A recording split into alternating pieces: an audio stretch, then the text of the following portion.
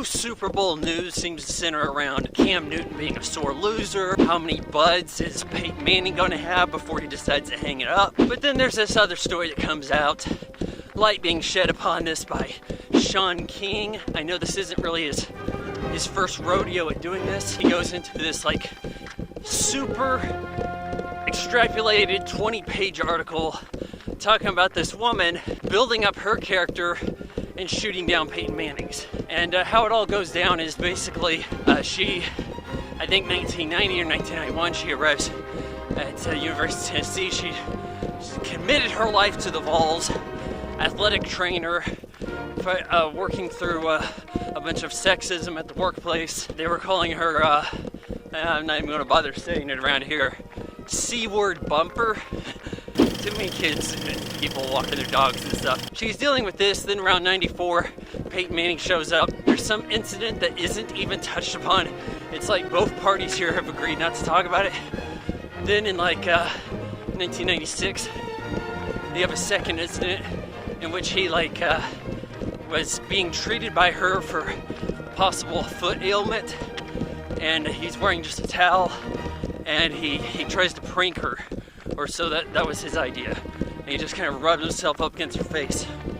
Sexual assault. This is something that they settled. She complained with University of Tennessee, got $300,000, but she had to leave. Then she has this long career as a leg trainer for the Olympics and elsewhere. And then in 2001, Peyton Manning and his dad Archie put out a book called The Mannings, which aims to defame her before she can say anything. And really, I think she wanted to look past most of the transgressions between the two. Basically, they say that she had a potty mouth. I guess there's, I don't know, some pages written in the book about how she was an unpleasant person to be around. But, Archie Manning, I'm a good father, raised my son right. Peyton Manning, oh, you gotta respect the trainers. Just try to be nice to everybody. That's the spin there. But as far as the incident goes, you could say it's he said, she said. That's what I thought initially. But there's testimony against that.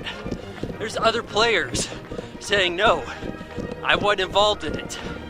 Peyton Manning was even offered the possibility to finger a black athlete as a scapegoat. You got guys saying that, oh, well, Peyton Manning was just toying around and he was mooning a friend. And she happened to be a kind of a victim in the way there. Just kind of slid into his ass.